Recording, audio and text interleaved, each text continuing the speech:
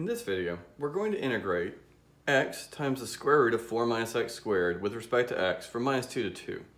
I'm going to do something pretty strange here at the beginning of the video. I'm going to go on and tell you the answer. When we're all done, we're going to find out that the answer here is 0. That when we integrate this function from minus 2 to 2, we get 0.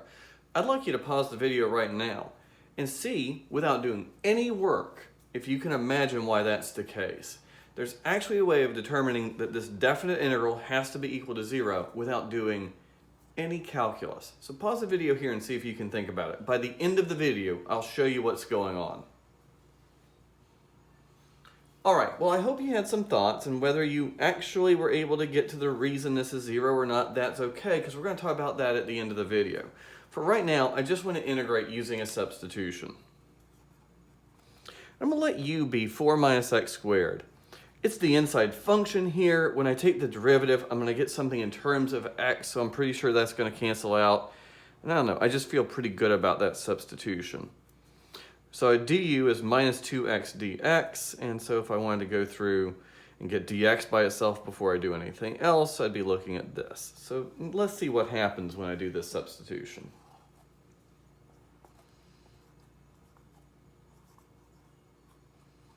All right. The x's cancel, and I'm left with minus 1/2 root u du. But I need to think about these bounds. These bounds are for x's. This formula will turn them into u's. I plug in a minus 2 and I get out a 0. Plug in a positive 2 and I get out a, 0. The 0 width property tells me that I'll get 0. And so by doing the substitution and doing some calculus, I find out that that was the answer I was talking about. But I claimed there was another way of seeing that this answer was going to be 0. And the trick is to think about this function. F of x equals x times the square root of 4 minus x squared. It turns out that this is an example of what we call an odd function. And I can test for whether a function is even or odd by replacing x with minus x.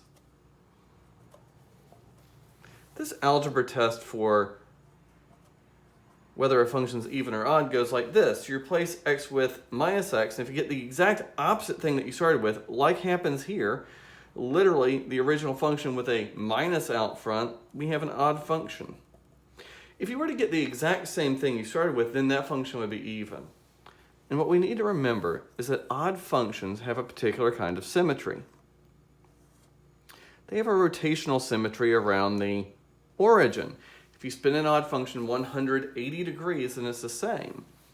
So if I was to say, look at this function and try to integrate it from minus a to a, I'd have a region here above the x-axis where I get a positive value, and I get a region here where when I integrate it, I get a negative value.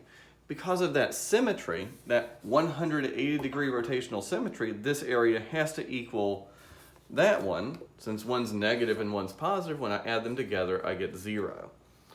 This is an odd function. Its graph doesn't look like that one.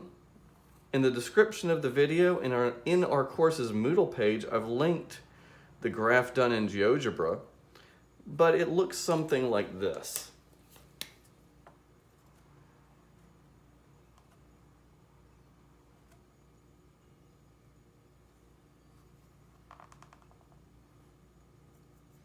And when we draw it out like that, we realize that these equal areas will have opposite signs in the definite integral, and I'll have to get 0. So it turns out if you integrate an odd function over a symmetric interval from minus a to positive a, you have to get 0, because you'll have areas canceling out. And that's a neat thing to be able to do. All right, in our next video, I'm actually going to compute the area shown here, the total area, not signed. So watch that one next.